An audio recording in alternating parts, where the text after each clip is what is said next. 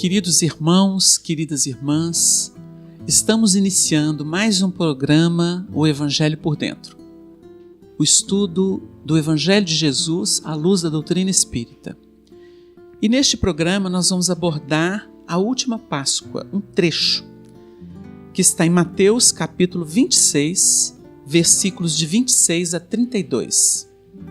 Nós temos o texto aqui que diz assim: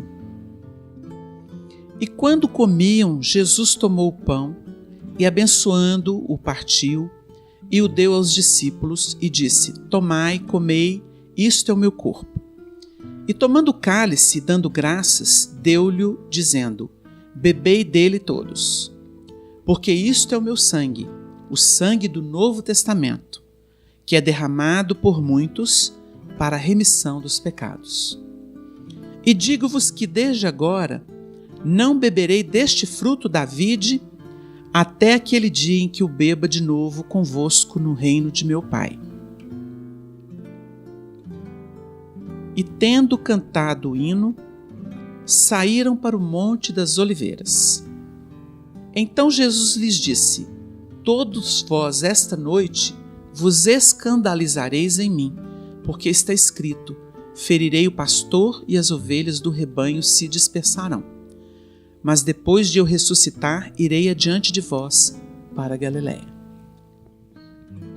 Nós temos registros históricos no plano da interpretação religiosa, não importa de que denominação, o trabalho da representação desse corpo e desse sangue. E nós temos reverenciado, nós temos feriado de Corpus Christi, né? Em que nós celebramos o desaparecimento do corpo de Jesus e naturalmente a sua ressurreição. No Evangelho, quando a gente trabalha a morte, ela não tem a conotação que nós temos aqui, perder alguém. A morte, quando é trabalhada no Evangelho, ela diz respeito à desativação daquilo que já serviu, mas que já não serve mais, para o surgimento do Filho do Homem. E aí a ressurreição. A ressurreição é sempre um passo a mais no campo das conquistas. Então, se nós falamos de pai, de mãe, nós vamos falar de filho e filha. O filho e a filha são maiores do que os pais, porque no processo evolutivo há um avanço nas percepções morais, no entendimento da vida. Nós observamos isso no próprio dealbar da evolução sociológica. Nós temos uma vida muito mais aprimorada, muito mais recamada de entendimento, de sofisticação intelecto-moral do que 1000 anos atrás, 2000 anos, considerando. Então nós vamos pensar o seguinte: o assunto aqui não é para falar do corpo do Cristo, da morte de Jesus naquele tempo. Historicamente, tudo bem. Mas o assunto aqui, quando Jesus traz o tema, ele está falando da carne e do sangue. O que é a carne de Jesus para nós? A carne de Jesus para nós é o Evangelho. É isso aqui. O Novo Testamento, para nós, é a carne de Jesus. E o que é o sangue de Jesus aqui? O conteúdo que está na letra. É o que dinamiza. O pão é a letra. O sangue é o conteúdo da letra. O que nós vamos entender? O Honório gostava de trabalhar esse assunto. Ele dizia assim: o corpo de Jesus, gente, não é o corpo físico, não, que ele teve. É o corpo doutrinário. É tudo que o Evangelho encerra de princípio, de verdade divina para a gente. Está codificado aqui. Agora, o sangue é a seiva. Nós temos aqui no Evangelho: a letra mata e o Espírito vivifica. A fé sem obras é morta. O que é isso? Quando eu começo a trabalhar a letra mata, por que a letra mata? Porque é o conhecimento da lei que me mostra o que é certo e o que é errado. Se eu estou fazendo errado, ela me mata. E se eu já estava errado e procurei a letra, ela mata o homem velho, para eu ressurgir no entendimento. Não é difícil entender isso. O espírito que vivifica é a essência de tudo que eu vivi que vai ficar me advertindo. Porque se a gente pegar o estudo da reencarnação, nós vamos ver o seguinte: o Wagner, o Leonardo, o Márcio, o Xaxá, a Ana Paula e cada um de vocês, nós temos inúmeras reencarnações somadas. Está guardada no porão chamado subconsciente. Muita gente fala inconsciente. Está lá no subconsciente.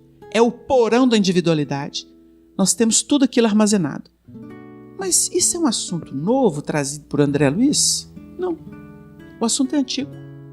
Está lá no livro Gênesis de Moisés, a Arca de Noé. Cão sem Jafé. 3 andares da arca. Onde é que os animais ficavam? No porão. No primeiro piso. Porque é ali que a gente armazena o automatismo, a instintividade ou a indução repetida das coisas. É ali que a gente tem. Então nós temos hoje que trabalhar no consciente com base em tudo que a gente já foi. Tem uma afirmativa de Joana de Ângeles que eu gosto muito. Ela diz assim através do Divaldo: nós somos hoje a média aritmética de tudo que já fomos. É por aí. Então, eu tenho que trabalhar o homem velho que se mostra automaticamente em mim. E eu tenho que tomar cuidado com ele. Aí a gente entende por que o Paulo pregava em grades. Escreveu: prego em grades. Eu posso soltar minha animalidade. Eu posso soltar o homem vicioso do passado. A pessoa cheia de erro do passado. Não. Eu tenho que filtrar. Então, como é que eu faço para poder dar um passo adiante? Eu tenho que comer um corpo santo e beber um sangue puro. É aqui na Terra? O Léo vai falar pra gente. Com certeza não é apenas aqui na Terra, né? É a vivência íntima da criatura que vai se expressar aonde ela se encontre. E esse derramar do sangue vai representar toda a capacidade de pôr em prática tudo aquilo que está sendo aprendido, que é o corpo. Jesus, então, para falar de corpo e sangue, ele utiliza os símbolos de pão e vinho. Então, o pão é o corpo, o vinho é o sangue. Isso nos ajuda muito, porque os espíritos vão detalhando essas chaves, vão nos mostrando como trabalhar isso, né? Pão está associado ao trigo, que precisou ser plantado. Um lavrador precisou cuidar da terra, ter paciência, separar os melhores grãos, cultivar, colher.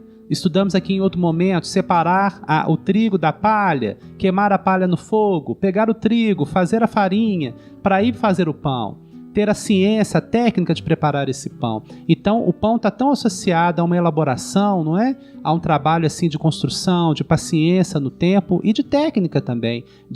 É uma elaboração superior. Em outro estudo, podemos comparar o pão com o peixe. O peixe como aqueles materiais mais materiais, ou aqueles recursos mais materiais, propriamente ditos, né? E o pão como algo mais elevado, mais espiritual. Então, Jesus, como verbo divino, ele materializa, ele consubstancia todo esse ensinamento que é o Evangelho de Deus, o Evangelho é de Deus, e Jesus vivencia ou apresenta isso como verbo, como a palavra, então como corpo.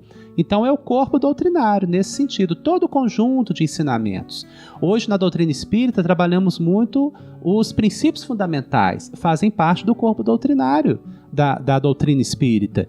E por perceber que o Espiritismo não é senão o Evangelho redivivo, o Consolador prometido pelo próprio Cristo, e que o Cristo é o próprio Consolador, na verdade, expresso pelo Espiritismo, percebemos que esse corpo doutrinário envolve isso tudo. O que aprendemos com o Antigo Testamento, o que aprendemos com o Novo Testamento, Jesus, os apóstolos, Paulo, os outros que escreveram, e agora com as revelações da doutrina espírita. Então, o corpo envolve isso tudo, né? Só que o corpo, ele precisa de dinamismo, ele precisa de vida. Um corpo sem sangue não é vida. E esse ensinamento ele é tão presente que na tradição e nas normas apresentadas por Moisés, há todo um cuidado com o sangue, né? a alimentação com sangue, o cuidado com o sangue, que foi tomado muito de uma forma material ou ritualística, ao pé da letra. Mas vamos entender que ali é uma referência, um respeito a esse sangue que dá vitalidade ao corpo. Sem vitalidade, o corpo não se movimenta. É um corpo morto, é um cadáver. Então, o sangue ele está associado ao vinho. O vinho ele tem um processo semelhante de elaboração do trigo com o pão. O vinho veio da uva, né, que veio da videira, da vide, né, que está plantada na vinha. Tudo isso são símbolos muito presentes no Evangelho. Porque Jesus fala assim: filho, vá trabalhar hoje na minha vinha. Então aí tem o tema da vinha. Só que há uma diferenciação entre vinho e pão. É porque a uva ela precisa ser macerada.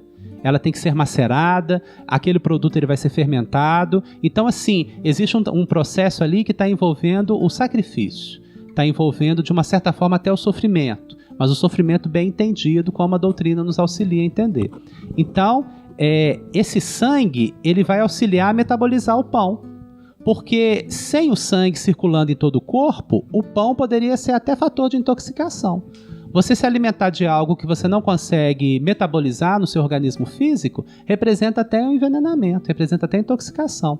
Então, eu posso ter muitos princípios, um somatório grande de conhecimento, de informação espiritual, mas se eu não dinamizar isso na minha vida, no contato com o próximo, na convivência, na minha prática de caridade, esse corpo ele se torna morto. Então, Paulo fala, Tiago fala, né, a fé sem obras é morta, né? Não é?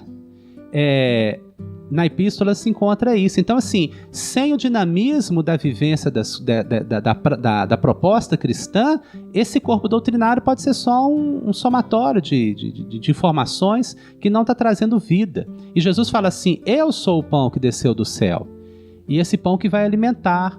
Porque há desde os hebreus no Antigo Testamento um questionamento sobre o alimento que Moisés trouxe. Quando Jesus começa a falar que ele é o pão, a primeira coisa que os judeus questionam é isso. Não, mas Moisés nos deu o pão no deserto. Aí Jesus fala assim: não, Moisés não vos deu o verdadeiro pão, eu sou o pão que desceu do céu. Porque aquele pão que vocês os antepassados, que na verdade são os meus espíritos no processo encarnatório, né? Aquela experiência que vocês tiveram, os vossos pais comeram daquele pão, mas voltaram a sentir fome e morreram. O pão que eu dou, não, ele se torna alimento para a vida eterna. E da mesma forma, quando se fala da água, que não permite que se tenha sede novamente, né? Uma referência interessante sobre a última ceia está no capítulo 25 do livro Boa Nova, e Humberto de Campos conta que Jesus disse exatamente isso, que o Wagner comentou há pouco. Este pão significa o banquete do meu evangelho. O pão é o banquete do evangelho.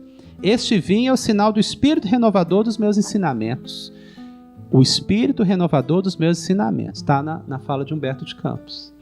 Então, eu tenho princípios, mas eu tenho que aplicar. Como é que eu posso me equivocar com isso? Por exemplo, eu sei da lei de causa e efeito, é um princípio, isso está dentro do corpo doutrinário do Cristo. Mas aí eu me utilizo da lei de causa e efeito para julgar o outro. Quando eu encontro alguém numa situação difícil, eu aponto o dedo e falo assim: tá vendo aí, ó?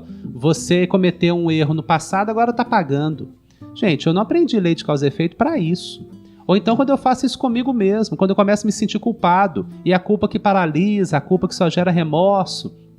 A lei de causa e efeito não é para isso. O conhecimento da lei é para libertar.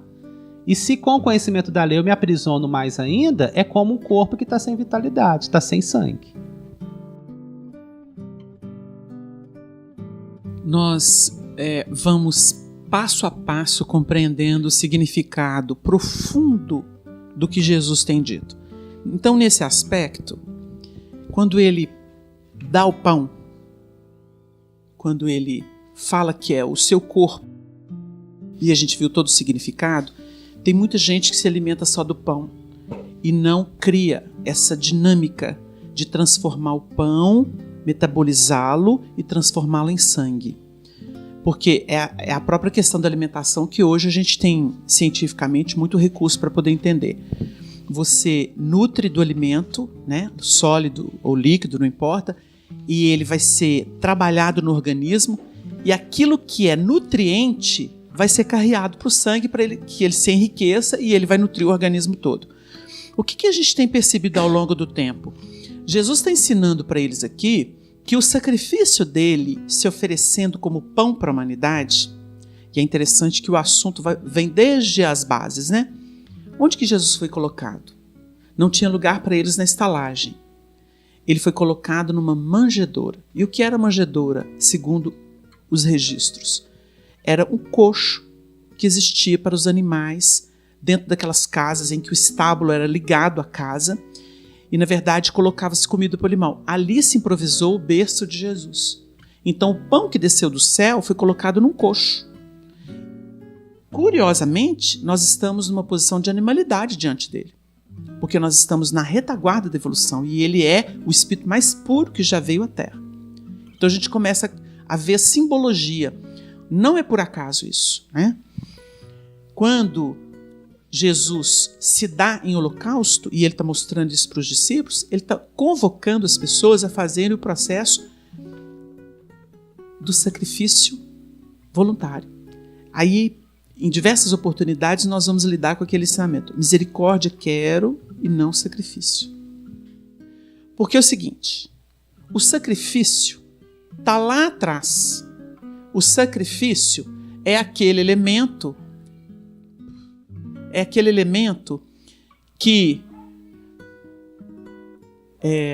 o sacrifício é quando a lei obriga a pessoa, o elemento.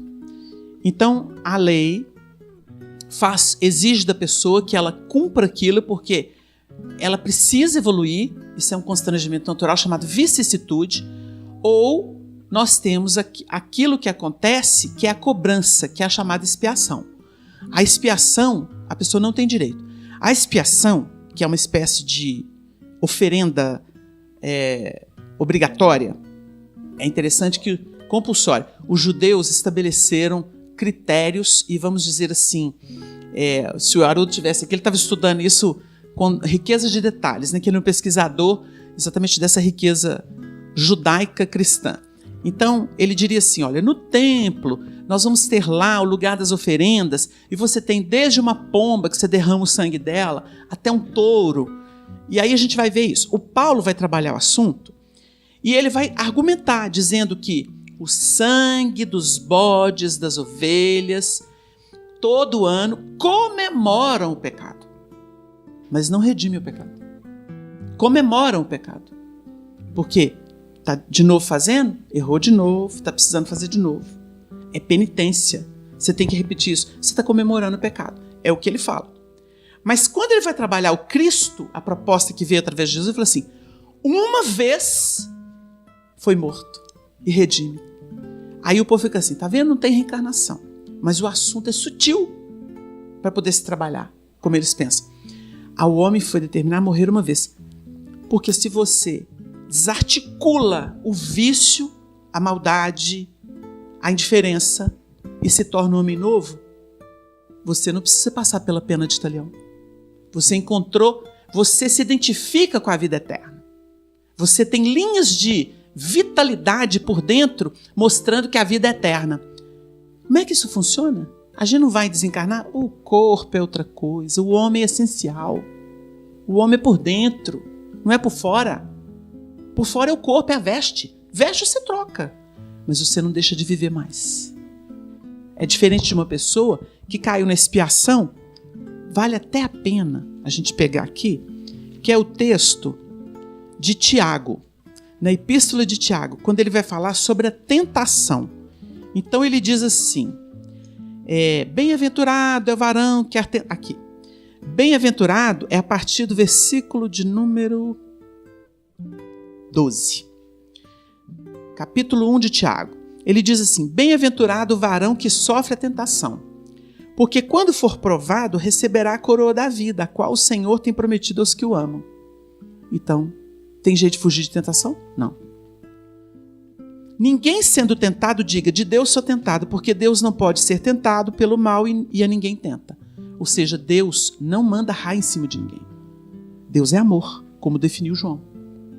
E Deus não pode ser tentado porque é a perfeição da perfeição. E ele continua. Mas cada um é tentado quando atraído e engodado pela sua própria concupiscência. O que é concupiscência? fragilidade, é o lodo que está dentro da gente. É isso. A gente é tentado por isso. Uma pessoa que não fuma, vai entrar no ambiente, tem placa de não fuma, ela nem enxerga, porque não diz respeito a ela. Agora uma pessoa fuma, na hora que ela entra, ela vê uma placa, ela já começa a ficar louca para fumar. Louca. Ai meu Deus, não posso fumar. E agora, como é que eu vou fumar? Fumante para viajar de avião para um continente para o outro, quase desencarna. Por causa da crise de abstinência. E só de falar não pode, aí que tormentou. Aí a gente entende esse pessoal que tem problema. Todos temos vícios, né? Naquela área, fala, na hora que impede, aguça. Aí mostra de quem que a gente é escravo, né? Então cada um é tentado quando atraído e engodado pela sua própria concupiscência. Depois, havendo a concupiscência concebido, dá à luz o pecado, e o pecado, sendo consumado, gera a morte. Olha que aula de evolução, de processo de culpa, remorso, ressarcimento. Então, quando a nossa fragilidade nos faz cometer um delito ou voltar a fazer aquilo que não devemos, nós entramos num colapso chamado expiação. E aí, lá na passagem do festim de bodas, quando tem todo mundo com as vestes nupciais, tem um lá que não estava trajado, ou seja, não se preparou, né? Simbolicamente falando. A vibração dele não tinha nada a ver com aquilo. Atai-o de pés e mãos e lançai-o nas trevas exteriores. Ali haverá pranto e ranger de dente. Sabe como é que a gente aprende o caminho do bem? Sofrendo o mal que a gente mesmo fez. Por isso que tem ranger de dentes. Tem choro, tem lágrima. E é na treva exterior, porque o campo externo é que bate na gente para a gente entender. Então tem um mecanismo. A gente pode entender a proposta e falar assim, deixa eu comer desse pão, que é o corpo doutrinário. A pessoa que chega no espiritismo diz assim, nossa, eu estou adorando aprender tudo isso. Porque, na verdade, o espírito sabe. Ele tem que estar pronto para poder lidar com aquilo. Está no momento aprazível. É quando a gente vai banquetear com o mestre. Agora, tem que ter o sangue para dinamizar o processo. Porque se o sangue não dinamizar o processo, a gente vai ter uma embolia ou uma indigestão. Não é por aí? Esse pessoal que finge ser e não é, e que quer mais usufruir da terra, vocês acham que eles saem da terra? Vão comer o pó da terra. Não quer a terra? Vai comer o pó da terra até a exaustão. Não é esse o reino que vocês querem? Então isso não é uma maldição. É uma condição sine qua non. Ou você entende e passa para a essência do pão doutrinário, que é conhecimento básico, você vai para o segundo momento, e aí tem um circuito aqui, ó, que a gente estava comentando na preparação do Evangelho. São 2 momentos. O pão é quando você é apresentado para Jesus. Aí você forma conceito, você lê, você comenta, você desenvolve. E o sangue, você começa a bebê-lo quando você testemunha. Esse derramamento de sangue aqui, que irriga, são todos aqueles que se esforçam por adentrar a porta estreita. Abre mão disso, abre mão daquilo. Faz que nem Paulo diz. Tudo me é lícito, mas nem tudo me convém. Tem essa consciência, é seletivo. Então ele começa. Para que eu vou brigar? Eu tenho que ser amigo de todo mundo. Eu tenho que ter carinho com todo mundo. O Evangelho é um banquete universal. Não exclui ninguém. Quem exclui os homens são os homens. Os homens é que criam sistemas na religião, porque o Evangelho dilui sistemas. Liberta. Então, o Léo está querendo falar. O versículo 28 diz que aquilo é o sangue, isto é o sangue do Novo Testamento, que é derramado por muitos para a remissão dos pecados. Então, hoje, com o Espiritismo, nós entendemos a linguagem do Novo Testamento, a linguagem bíblica, quando trabalha o tema de pecado, de remissão. O Wagner leu aqui a Epístola de Tiago, que fala de tentação, de provas, né? Então, essa capacidade de remir pecados, nós entendemos como a reabilitação do espírito.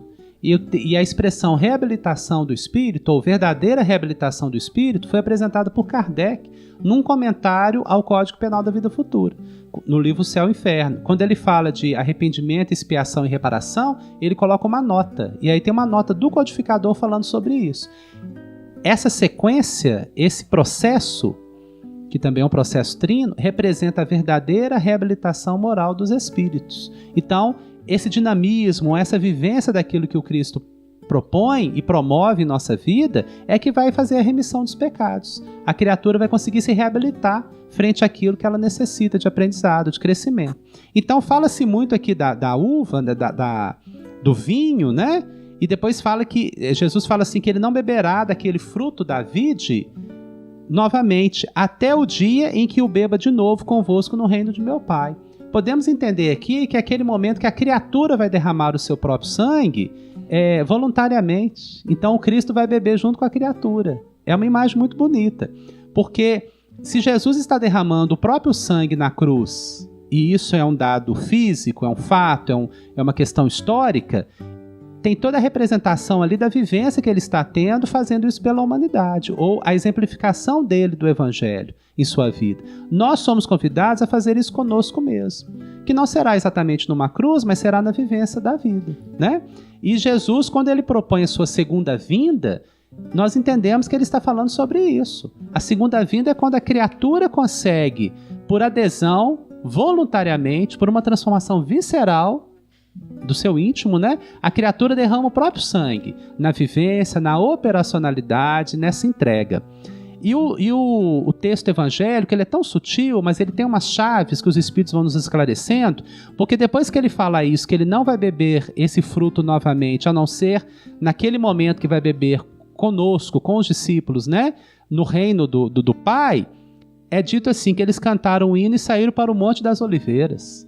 É só um dado histórico? É só um dado geográfico? Não, porque o Honório estuda as árvores e ele fala da figueira, ele fala da videira e fala da oliveira. O processo da oliveira, ele representa uma qualificação em referência à videira, porque a oliveira, ela produz a oliva que, de uma certa forma, tem que ser prensada e fazer o azeite, mas o azeite tem que ser consumido para fazer luz. Sem essa entrega total do azeite, sem essa consumação total dele, a luz não é feita. E a luz, quando ela se realiza, o azeite já não está mais lá, mas se transformou. Então a gente imagina assim, a gente percebe uma transmutação imensa daquilo que é material, daquilo que é físico, ou do aprendizado humano para algo que é puramente espiritual. Depois que terminou, que queimou tudo, você fala assim... Cadê a luz? A luz foi feita. Cadê o azeite? Não há mais, mas ele se transmutou em luz. E essa iluminação gerou conforto ou gerou recursos para aqueles que gozaram da presença da luz. Então eles vão para o Monte da Oliveira, depois de Jesus falar da uva tanto. E por fim, Jesus diz que depois dele ressuscitar, ele irá adiante de vós para a Galileia. Irei adiante de vós para a Galileia. A Galileia é como uma simplicidade, né? Comparando com a Judéia, que é aquele movimento todo de Jerusalém e da discussão dos fariseus, das propostas do templo, e tem aquela vida bucólica, tranquila, né? Do campo da Galileia, onde temos ali os pescadores, né? Os pastores das ovelhas, e Jesus assim, eu estou indo lá, adiante. Jesus vai na frente, porque ele é o primogênito, né? E ele representa depois a unigenitura. Então, ele vai à frente e os discípulos precisam ir encontrar com ele na Galileia. No livro Boa Nova, há a descrição dos 500 da Galileia, que recomendamos que todos leiam, porque é um texto bem interessante que fala sobre isso. Nós estamos, então, com base nesses entendimentos tão ricos, chegando ao fim de mais um programa Evangelho por Dentro, e nós vamos entender que a vinda de Jesus para a Terra não é um episódio externo, diz respeito a um advento de encontro íntimo nosso com as nossas realidades eternas. Jesus é mestre porque ele não obedece aos padrões comuns e corriqueiros que vêm de baixo. Ele é aquela resposta de Deus aos homens. E lidando com os homens, a todo instante, ele demonstra ser o alimento essencial das nossas vidas. Nós precisamos, onde a gente estiver, no meio espírita, no católico, no protestante ou em outras doutrinas, compreender que aplicar Jesus significa nos nutrir da luz do amor e ser diferente, fazer de forma diferente, agir de forma diferente, sentir de forma diferente, num tom a mais, abrindo caminhos para que possamos revelar a presença de Deus no nosso coração. Não é falar, as palavras vão ao vento. Nós temos uma afirmativa do Chico de que, nesse terceiro milênio, ele dizia, entre amigos, os que vão reencarnar e trabalhar para que o terceiro milênio se consolide, a partir de propostas regenerativas, abrindo a chamada regeneração, eles viriam lendo vibrações, não mais ouvindo palavras. E existem muitas pessoas que hoje até ouvem as pessoas, mas são capazes de sentir a vibração de proposta de quem fala, de quem está batendo na porta. Então tem hora que a gente vai ouvir a vibração ou a palavra das pessoas que estão em aflição. É preciso atender. Não dando o que pedem, mas dando aquilo que a sabedoria ensina que a gente deve dar. Na base da misericórdia, da compaixão, a caridade saberá improvisar o que for preciso. Vamos abrir o coração, vamos nos atender uns aos outros, vamos viver em paz. No bem, a paz se estabelece. Que o Senhor nos abençoe. Muito obrigada a todos. Muita paz para os corações.